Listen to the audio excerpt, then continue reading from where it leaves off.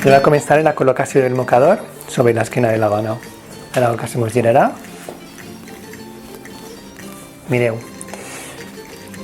L'enganxarem en la mateixa agulla que hem posat abans. Simplement és punjar-ho sobre el gipó. Mireu, és important que la punteta arribi baixa, perquè quan replegarem d'ací ja ens muntarà un poquet amunt i se ens quedarà la proporció exacta. Al igual que quan col·loquem el mocador ha de quedar cobrint-nos part del muscle, no una errada que fem moltes vegades, que volem estirar tant que el mocador se ens queda que ni ens tapa pràcticament res, ni se veu pràcticament dibuix. Aleshores, deixarem caure ahí.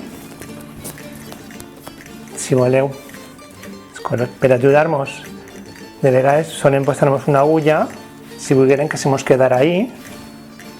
En aquest cas no vull que se me quede ahí, vull que munti un poquet més. I ara que el tenim col·locat cobrint-nos els muscles, passarem a col·locar-lo la banda de davant.